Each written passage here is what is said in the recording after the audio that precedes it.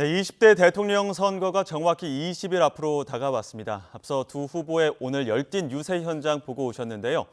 양강 후보의 민심 공략 포인트는 뭘까요? 여야 선대위 관계자 두 분과 이야기 나눠보겠습니다. 박용진 더불어민주당 공동선대위원장, 원희룡 국민의힘 선대본부 정책총괄본부장 나오셨습니다. 어서 오십시오. 네, 안녕하세요. 네, 안녕하세요. 이재명, 윤석열 두 후보 모두 오늘은 서울과 수도권을 공략을 했습니다. 무엇보다 중요한 전략지라고 볼 수 있을 텐데 수도권의 민심 향방, 먼저 민주당은 어떻게 보고 계십니까? 수도권에서 지고 대통령 선거 이기는 경우는 본 적이 없기 때문에요. 예. 수도권의 우리 유권자들께서 가장 힘들어하고 계시는 부동산 문제, 또 교통난 문제, 특히나 이제 광역 교통망을 어떻게 설치해서 교통 그 어려움을 해소할 것이냐, 예. 이런 것들에 대한 집중적인 그 민생 문제 해결에 좀 집중을 해서요. 오늘도 아마 후보가 경기도 일원을 지금 이렇게 유세를 하고 다녔는데, 예. 그 과정에서도 그러한 지역 공약 그리고 그랜드 플랜들 이런 것들을 좀 많이 제시를 했던 것으로 알고 있습니다. 이재명 후보 앞서 그 언급한 내용들도 보면은 진보의 금기를 깨겠다 이렇게 또 언급을 했는데 이 부분 때문에 또 정의당에서도 좀 비판하고 나선 부분이 있거든요. 설명이 필요할 것 같은데요. 정의당이야 민주당의 이제 왼쪽을 공략해서 그 이제 득표를 하겠다고 하는 생각이신 것 같은데, 제가 사실은 민주당 경선 후보로 출마해서 늘 드렸던 말씀이 그겁니다. 아니, 경기를 승리로 이끌려면 그 왼쪽 돌파도 해야 되고 오른쪽 돌파도 해야 되고요. 중원 돌파도 할 줄 알아야 되죠. 그런데 계속 나는 내가 진보다 혹은 내가 좌파다 이렇게 생각해서 왼쪽 라인만 공격하다 보면 상대 팀으로서는 얼마나 수비하기가 좋습니까? 거기만 끊으면 되니까요. 예. 지금은 손흥민처럼 왼발 오른발 가리지 않고 골을 넣는 사람이 필요하고요. 또 우리 민주당이 천명하고 있는 것처럼, 이재명 후보가 천명하고 있는 것처럼 중원을 누비기 위해서 왼쪽 공략, 오른쪽 공략을 다 할 줄 아는 그런 유능함이 필요한 때라고 생각을 합니다. 네, 좌우 가리지 않고 공략하는 것들이 중요하다는 말씀해 주셨는데 윤석열 후보는 오늘 마찬가지로 수도권 공략을 했는데 조금 다른 점이 이재명 후보의 친정부터 들렀습니다. 경기도 안성 그리고 성남 들러서 오늘 서울 종로까지 나섰을 텐데 수도권 공략 어떻게 보고 계십니까? 지금 수도권 민심은 지난 5년 동안 부동산에 대해서 국민들이 그렇게 아우성치는데도 예. 나 몰라라 하고 딴전만 피웠잖아요. 지금 와서 갑자기 뭐 주택 공급 폭탄을 해주겠다, 세금을 갑자기 깎아주겠다 이러는데 이게 뭐 때문에 그러는 줄 국민들 잘 알거든요. 민심 돌리기 쉽지 않을 거라고 봅니다. 예. 지금 성남 들러서 저희가 그 사진을 하나 좀 들어오기 전에 받았는데, 그러니까 성남 그 유세 현장에서 그 이재명 이렇게 외치는 소리에 윤석열 후보가 최근에 유명했죠. 어퍼컷을 날리는 저 사진을 계속 반복했던 것들이 또 지금 화제가 되고 있습니다. 성남에서는 확실하게 어떤 이재명 후보의 대장동 이런 부분을 좀 공략했다고 봐야 될까요? 이재명 후보가 뭐 유능하다, 뭐 경제다 이렇게 하는데 대장동을 보면 그 사람의 행동을 봐야지 갑작스럽게 돌변한 말을 갖고 우리 작은 물건 살 때도 그렇게 안 삽니다. 그러니까 그런 점에서는 대장동 비리뿐만 아니라 경기도지사로서 법인카드 호주가 있을 때도 썼고요. 지금 보니까 옆집에다가 주택도시공사 사장 그 전세 얻어놓고 거기서 무슨 김밥 그다음 초밥, 김밥은 아니군요. 초밥 10인분에다가 샌드위치 30인분을 수시로 날라서 누굴 먹였는지 이런 것들이 드러나고 있기 때문에 이재명 후보의 실체를 국민들이 알면 알수록 예. 민주당이 참 곤란할 겁니다. 네, 이게 윤석열 후보가 어퍼컷 이렇게 하는 세레머니가요. 예. 좀 그럴싸해요. 저분이 저 무대에 서면 바짝 쫄아버릴까 이런 걱정도 했었는데 무대 체질이신가 봐. 그래서 제가 보니까 어퍼컷 세레머니도 하시고 그러는데 권투를 아는 사람들은 다 압니다. 이 어퍼컷, 훅, 상대가 맞으면 세죠. 근데 이 카운터 블로 맞기에 딱 좋은 모션이에요. 이게 동작이 너무 크기 때문에 그런데요. 예. 지금 우리 원희룡 본부장님 막 쭉 나열하신 것들, 그러니까 억지로 이걸 어떻게든 엮어보려고는 하시는 것 같은데 촘촘하게 좀 이렇게 디테일하게 좀 작업을 하셔야 되는데 그렇지 않고 모션만 커요. 한 방 맞기만 해라 이러면서 마구잡이로 주먹을 휘두르다 보면 오히려 카운터 펀치에 맞을 가능성이 있어서 예. 저희는 그 가능하면 큰 거 한 방으로 할 생각은 없어요.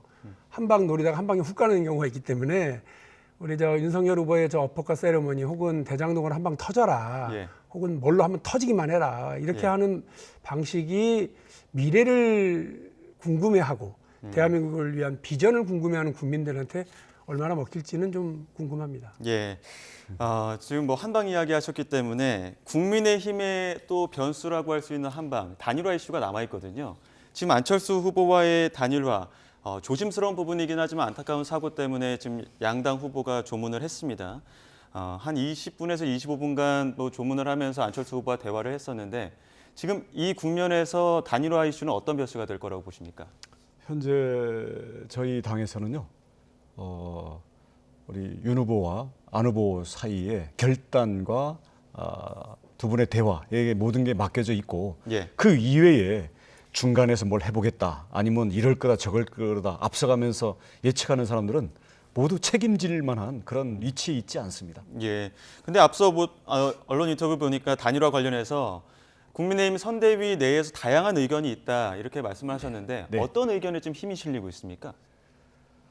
뭐 찬성도 있었고 반대도 있었고 예. 찬성도 단일화 방식 또 단일화했을 때 효과 이런 부분에 대해서 의견이 분분했는데요. 예. 지금은 그 논의 단계는 이미 지나갔고요. 우리 후보 간의 결단과 대화에 모든 게 맡겨져 있는 상태이기 때문에 그 외에 어떤 것도 선대위의 공식 입장과는 관계가 없습니다.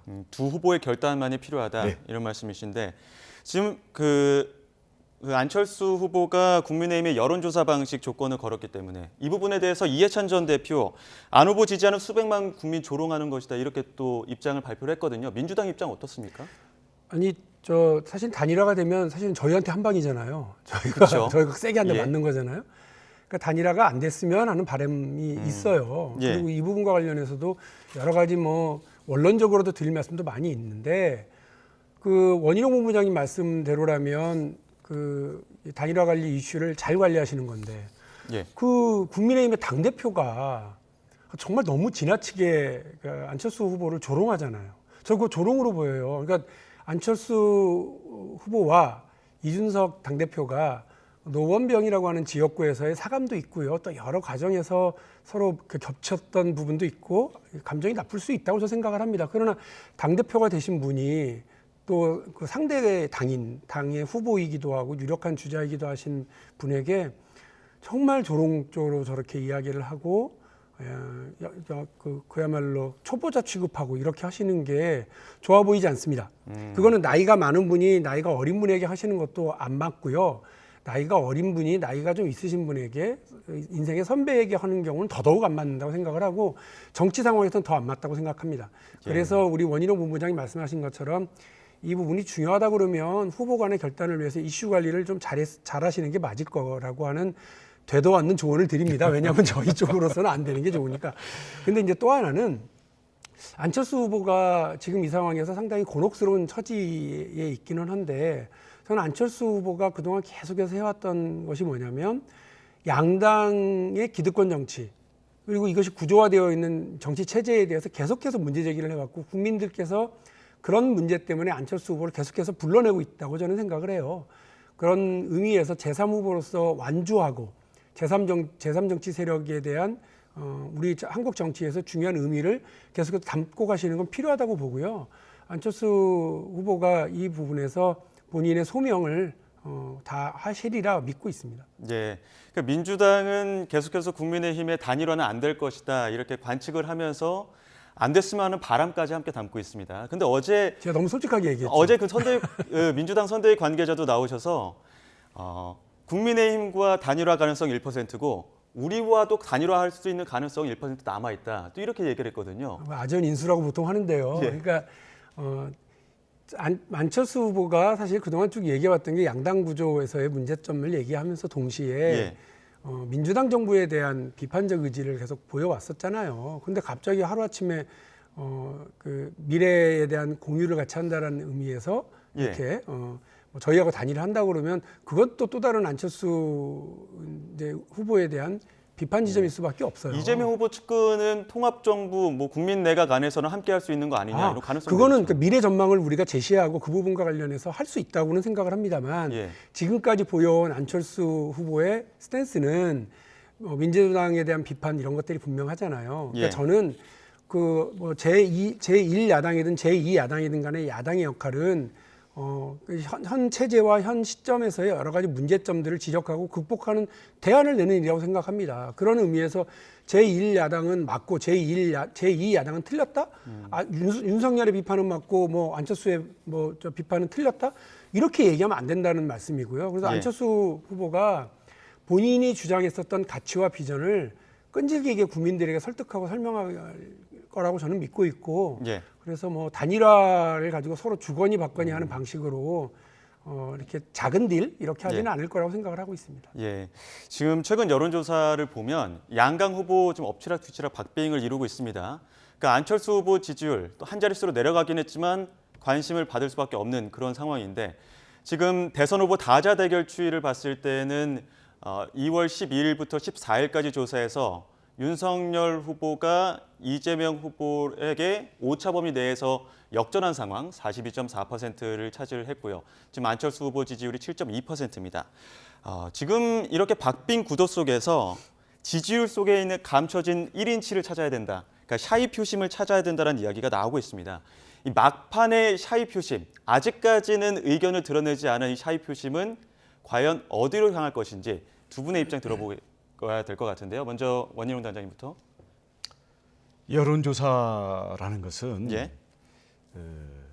실제 그 투표하는 그 인원들 또는 예. 그 태도랑은 좀 차이가 있거든요. 예. 그래서 오차범위라는 것도 있지만 저희들이 여론조사를 절대시하면 안 된다고 생각하는 게 예.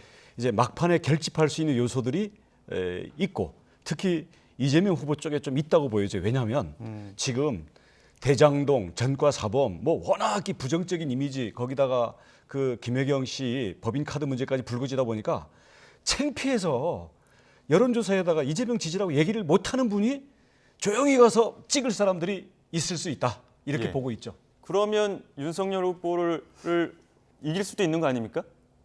알 수 없죠. 그건 알 수 없지만 어쨌든 그 샤이 표심은 이재명 후보 쪽으로 향할 것이다. 그게 얼마나 되는지는 모르겠지만 예. 우리 사람의 심리라는 게 비슷하잖아요. 그게 있을 거기 때문에 예. 결코 국민의힘 입장에서는 뭐 이미 이긴 것처럼 그렇게 취해서는 안 된다. 네. 끝까지 절박하고 살얼음을 살금살금 걷는 그런 긴장감을 놓치면 위험하다고 봅니다. 박영진 의원은 어떻게 보십니까? 아까 우리 샤이 이재명과 관련해서 이렇게 장군 하셨으니까 저도 멍군 해야죠. 예. 샤이 윤석열이 있을 거다. 그 국방 안보와 관련해서 사드 배치하겠다고 그러고 어디다가 배치할 것인지에 대해서는 제대로 답변하지 못하고 있는 불안한 답변 드릴까요, 모습이라든지 혹은 뭐 무속 논란과 관련해서도 그렇고요. 예. 신천지 논란 관련해서 우리 홍준표 후보가 얼마나 억울했겠습니까? 이게 이제 이런 논란들 여전히 있고요. 김건희 씨 관련한 이런 논란들 때문에 도대체 지금 우리가 정권 교체는 해야 되는데 저런 후보가 되나 이렇게 하는 그 마음속에 우려를 가지고 계신 분들이 계실 텐데 이런 분들이 투표장에서 마지막으로 결집할 수 있죠. 그런 것 때문에 사실은 저도 그렇고 아마 우리 원희룡 본부장님도 당일날은 숨도 못 쉬고 있을 거예요. 예. 제 개인적인 얘기인데 제가 2012년에 당일날 이 YTN에 와서 그 출구조사할 때 앉아 있었거든요. 예. 근데 그날 출구조사가 YTN은 흑역사인데 YTN은 이기고 다른 방송 3사는 다 진 거예요. 예. 그때부터 1시간을 앉아 있는데 거의 무슨 그 꿈나라에 와 있는 듯한 멍한 느낌. 근데 하루 종일 사실은 그랬거든요. 예. 이게 어떻게 돌아갈지 우리 국민들의 마음이 어떤 건지 모르겠어서 이번에는 모든 언론사에서 오는 당일날 좀 나와서 무슨 말씀 해달라는데 일체 나간다고 안 했고 저는 지금도 조마조마합니다만 당일날도 조마조마합니다. 그거는 샤이 윤석열, 샤이 이재명이 상당한 이제 표가 있기 때문에 그분들이 어디로 갈지 그걸 누가 알겠습니까? 민심은 예. 정말 무서운 겁니다. 예. 자, 앞으로 지금 아까 말씀하신 것처럼 카운터 서로의 한방 이야기하셨기 때문에 지금 원래는 오늘 관훈 토론 초청 토론회가 있지만 이제 취소가 됐습니다. 이런 상황에서 다음 주에는 TV 토론이 또 예정이 돼 있는데 과연 이 TV 토론에서는 누가 한 방을 날릴 수 있을 것이라고 보시는지, 예정된 한 방은 있는지 양당 입장 들어보겠습니다. 먼저 원희룡 본부장님.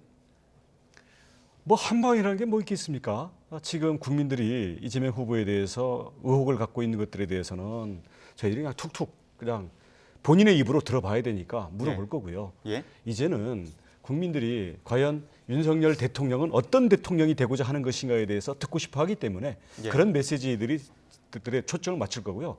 토론에서 한 방으로 그 뭐 될 것처럼 하는 사람 잘 안 맞더라고요. 예. 어떻습니까? 토론의 달인이 원희룡 본부장인데 지난번 경선 때 보니까 윤석열 후보를 못 잡으시더라고요. 저도 마찬가지고요. 저도 뭐 여러 토론을 많이 했는데 경선 과정에서 이재명 후보나 다른 후보들한테 한 방이라는 건 없어요. 다 예. 그분들도 정치와 각 분야에서 자기 엄청난 내공들을 쌓은 분들인데 예. 그게 가능하겠습니까? 그리고 저는 뭐 정답 얘기하셨다고 봐요.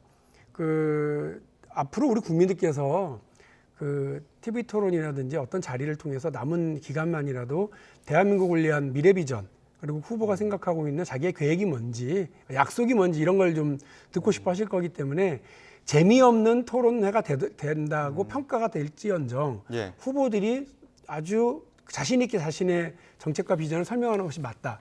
이런 말씀 드리고요.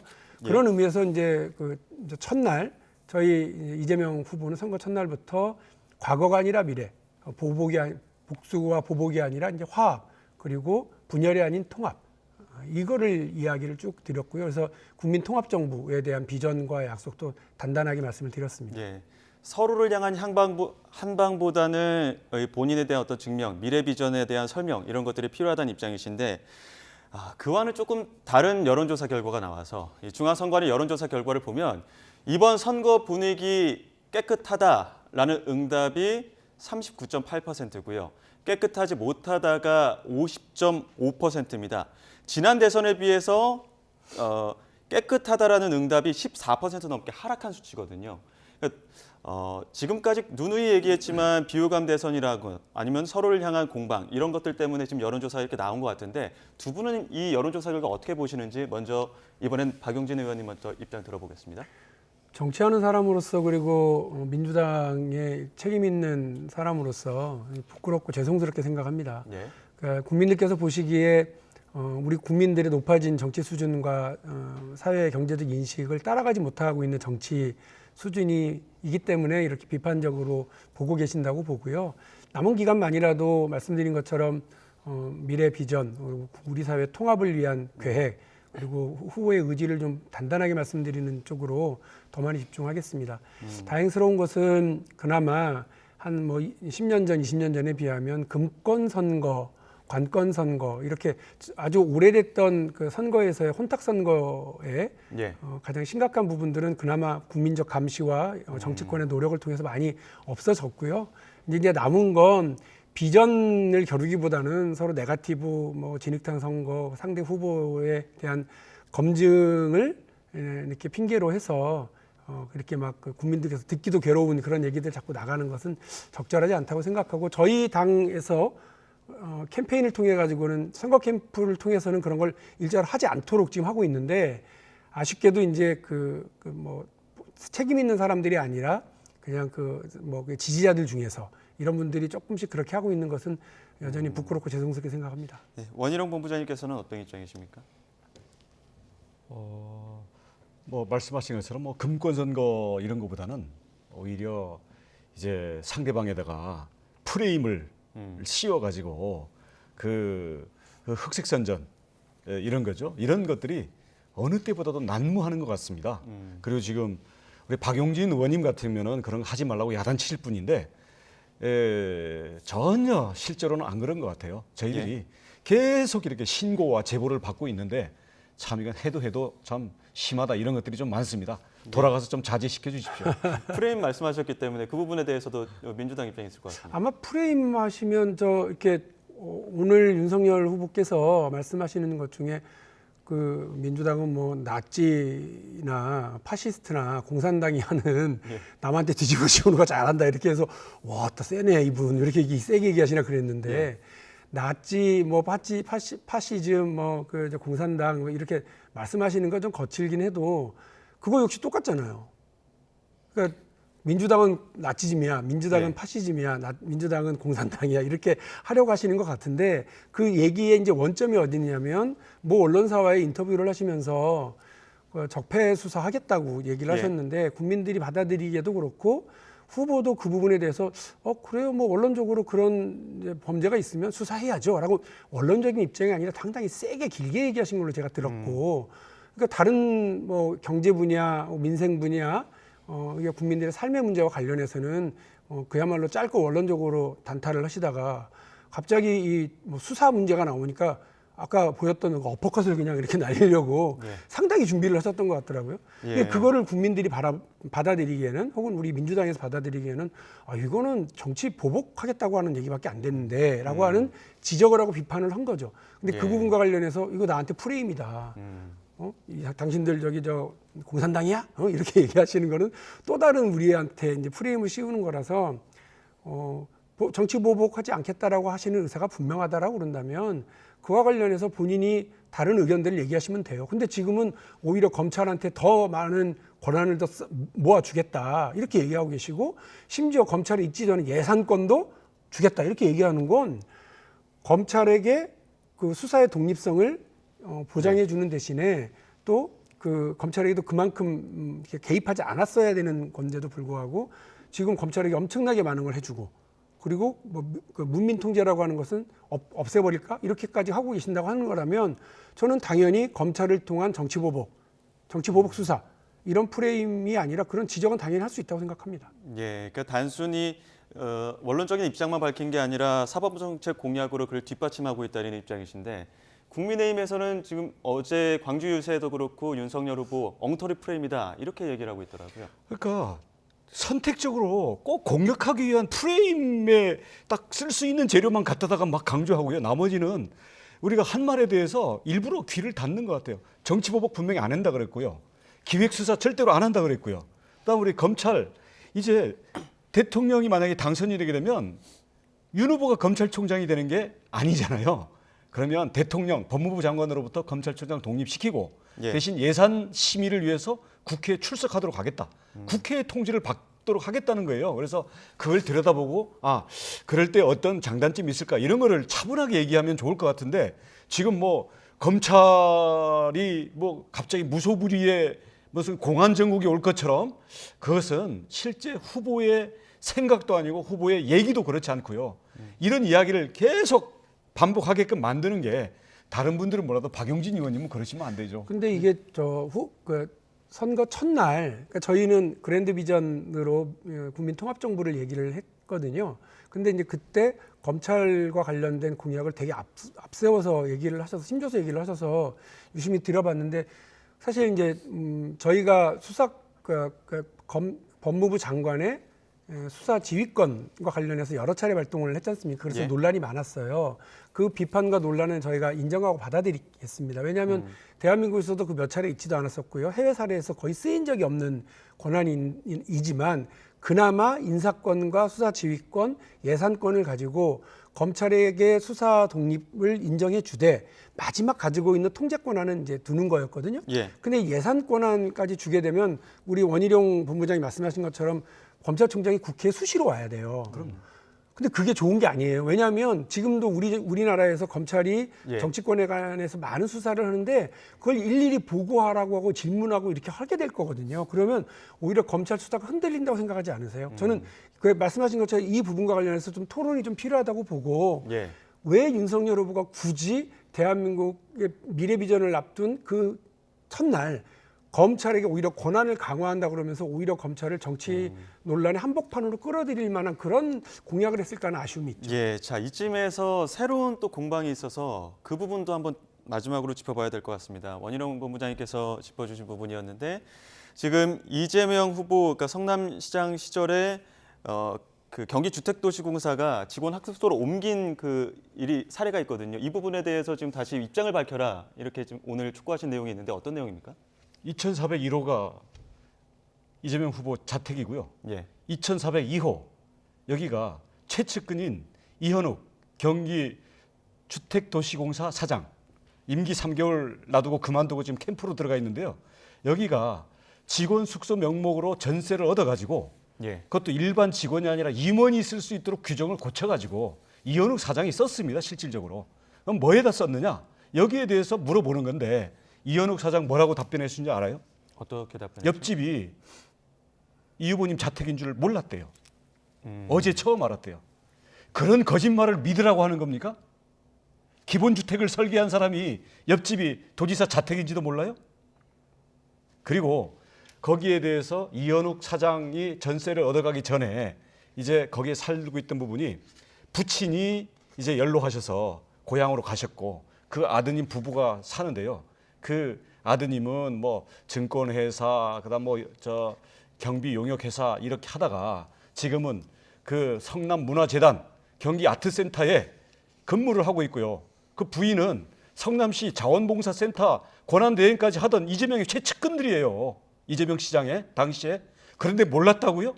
그런 사람들이 집을 비워주면서 그 뒤에 2020년 9월 달에 이현욱 가장 최측근 그리고 나중에 LH 그 비리까지 다 그 부동산 자료를 갖고 있게 되는 그 팀들이 무슨 작업을 했는지가 지금 문제가 되고 있는데 여기에 대해서 옆집이 이재명 후보 자택이라는 것 자체도 몰랐다라는 너무나 황당한 거짓말을 하는 거 보니까 아마 상당히 당황한 것 같습니다. 제 자세한 건 모릅니다. 우리 저 예? 원희룡 본부장님은 되게 많은 사실을 알고 계시는 것처럼 얘기하시는데 혹시나 그거 아까 말씀드렸던 것처럼 뭐든 하나 걸려라 그러고 마구잡이로 어퍼컷을 날리고 훅을 날리다가는 카운터 펀치 한 방으로 끝나요. 왜냐하면 저도 잘 모릅니다만 저 오늘 이제 캠프에서 내놓은 해명 자료를 보면 경기 그 주택공사가요 100채 정도의 이런 임원 숙소를 보유하고 있다고 하고요. 예. 그리고 실제로 여러 임원들과 직원들의 숙소 합숙소로 활용을 하고 있는 것 같습니다. 그러면 이거 자체가 문제는 아닐 거고요.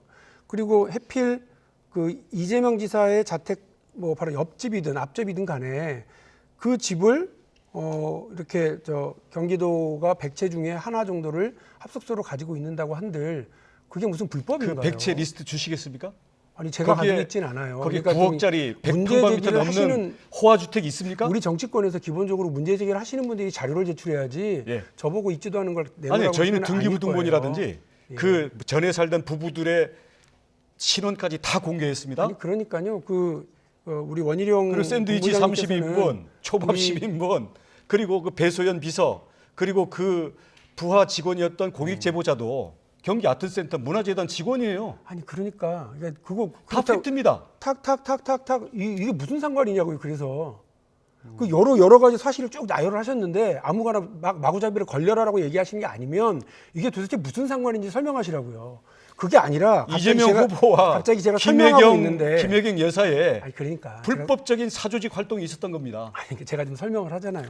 그 100채가 있다고 말씀을 드렸는데 그거를 지금 리스트 달라 갑자기 그러신 문제가 아니고 100채가 있어요. 그리고 그 중에 하나가 혹여 이재명 지사의 옆집이든 앞집이든 인근에 있다고 한들 그게 불법이냐고 제가 말씀을 물어본 거고 불법이 아닐 거예요. 그 안에 그리고 불법 행위가 여기에 있었을 수 있다라는 아니 거죠. 그러니까요. 그러니까 막 던지면 안 되신다고요. 그리고 또 하나가 이원욱 이제 공사 사장이 여기에 묵었다고 치자고요. 매우 중요한 경기도에 있으면서도 경기도의 기본주택 설계하고요. 경기도에서도 임대주택이든 여러 부동산 정책을 설계하는데 핵심적인 인물인 거 맞습니다. 그러니까 측근과 핵심 인물이 자기 주변에 같이 있고 비서실장이든 뭐 정책기획통이든 같이 있고 같이 협의하는 게 그게 무슨 문제인가요? 아니, 그러니까 거짓말 하니까 지금 문제죠. 그렇게 거기에서 거주를 했으면서 옆집이 이재명 후보 자택이라는 거 모른다고요? 자, 거기 차량도 왔다 갔다 하고 그거는- 경호원들도 왔다 갔다 하는데 아니 그거는 대답을 왜 그렇게 했는지 모르겠습니다만 실제로 우리 원희룡 본부장님께서 의혹을 가지고 있는 것처럼 그 의혹들이 쭉 맞아 떨어지려면 보다 분명한 팩트가 필요한 건데 다 제시할게요. 예, 원희룡 본부장님 말씀하시는 건 막 던져놓고 아니, 이미- 아무거나 걸렸으면 하는 바람이신 것 이미 같아요. 페이스북이나 보도자료를 통해서 모든 걸 팩트와 증거들을 대고 있습니다. 거기에 대해서 다른 사람 박용진 의원님 솔직히 모르시잖아요. 이재명 후보가 직접 대답하도록 해주십시오. 아니 그거는 곧바로 고발할 테니까. 나중에 우리 윤석열 후보가 우리 TV 토론이나 이런 데서 물어보시고 확인하시면 될 거고요. 예, TV 다시 토론에 물어볼게요. 말씀드리는데 자칫 잘못하다가 제가 원희룡 본부장님이나 국민의힘을 걱정할 입장은 아닙니다만 막 던지다가 오히려 일을 그르칠 수도 있고 예. 괜히 이런 과정에서 애매한 사람들한테 피해가 갈 수도 있어요. 예. 아니 그런 점은 의혹을 조심해 해명을 주셨으면 하셔야지 좋겠어요. 왜 예. 겁을 주십니까? 자, 오늘 지금 두 분께서 말씀하신 이 공방까지도 다음 주에 있는 TV 토론에서 양 후보가 어떤 네. 또 해명을 내놓고 설명을 할지도 지켜보도록 하겠습니다. 지금까지 박용진 더불어민주당 공동선대위원장 그리고 원희룡 국민의힘 선대본부 정책총괄본부장과 이야기 나눴습니다. 오늘 말씀 고맙습니다.